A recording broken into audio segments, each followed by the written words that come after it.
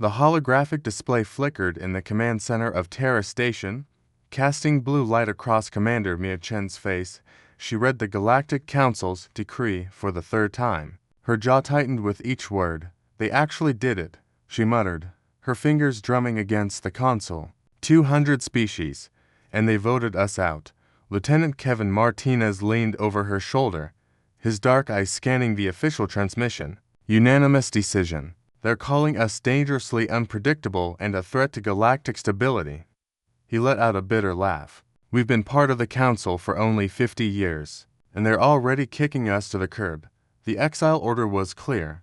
Humanity had 30 standard cycles to withdraw all presence from Council space, abandon their embassies, recall their ships, and retreat to their home system. No trade, no communication, complete isolation. Mia stood, her uniform crisp despite the late hour. Get me a channel to Admiral Park, and wake up every department head. Emergency meeting in 20 minutes.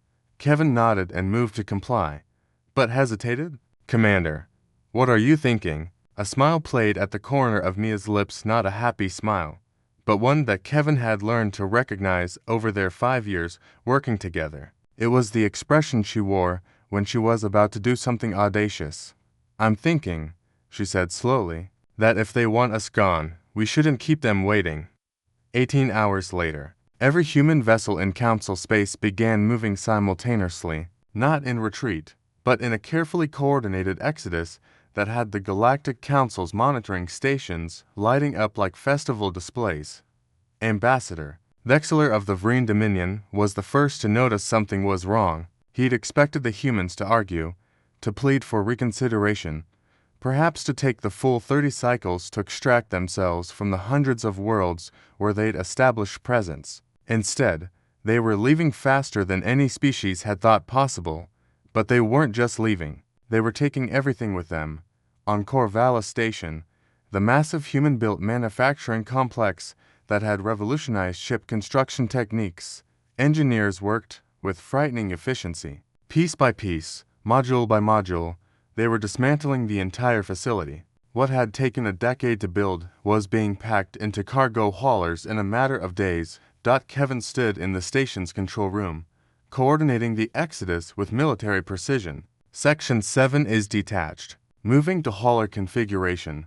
Mia's voice crackled through his comm. Confirmed. The Selenites are asking what we're doing with the fusion cores. Tell them we're taking those too. Kevin replied, watching as another massive component broke away from the station. They voted us out.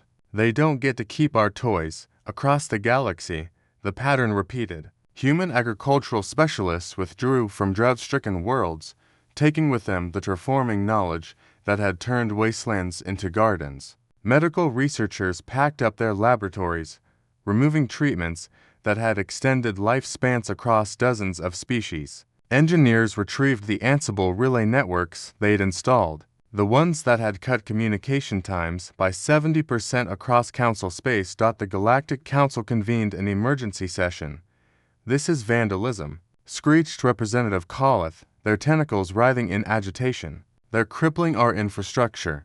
The Council's AI legal advisor processed the complaint in microseconds. Negative. All items being removed are registered as human property or human-developed intellectual property. Their actions, while economically devastating, are completely legal.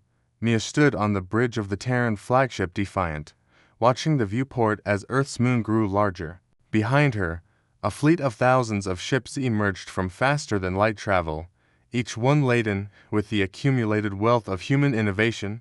Kevin approached, datapad in hand. Final counts are in. We recovered 94% of our assets. The station modules, the manufacturing equipment, even the decorative plants from the embassy gardens, and the knowledge. Mia asked, every database scrubbed, every research file encrypted and removed. If they want human technology now, they'll have to develop it themselves.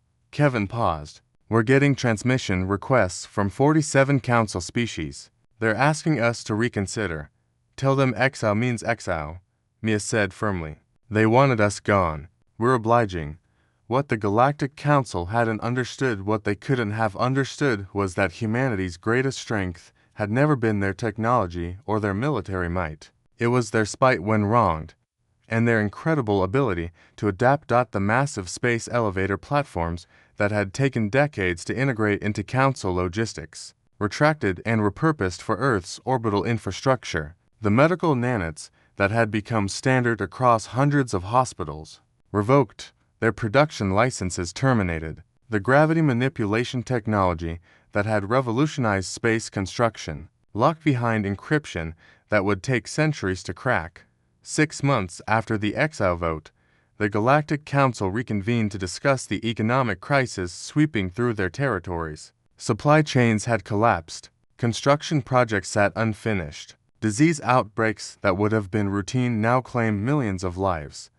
Ambassador Thexler addressed the Council, his voice heavy with regret. "We have received a message from Earth." The chamber fell silent as Mia's face appeared on the central display. She wore civilian clothes now, no longer bound by diplomatic protocol. "Members of the Galactic Council," she began, her voice pleasant but firm. "You voted for our exile, and we have complied. We are now a fully independent civilization. Should you wish to re-establish relations, we are willing to negotiate as equals, not as supplicants. Until then, humanity will be just fine on our own. We've faced extinction before. We've faced isolation before. We always survive. Can you say the same?" The transmission ended. Kevin, standing beside Mia in the Earth government's new headquarters, allowed himself a genuine smile. "Think they'll learn." Mia looked out at the blue marble of Earth, surrounded now by a network of stations and ships that would have made any council species envious. Humanity hadn't just survived their exile, they'd thrived in it, freed from the bureaucracy and restrictions that had held them back. "Eventually," she said, "but by then, we'll be so far ahead they'll be begging to join our alliance." She was right.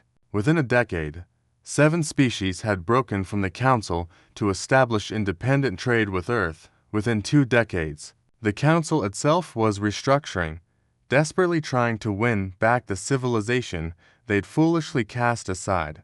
But humanity remembered, and humanity had learned the most important lesson the galaxy could teach. Sometimes the best response to rejection is to show them exactly what they're missing. The exile had been meant as punishment. Humanity had turned it into liberation. And they never looked back. End.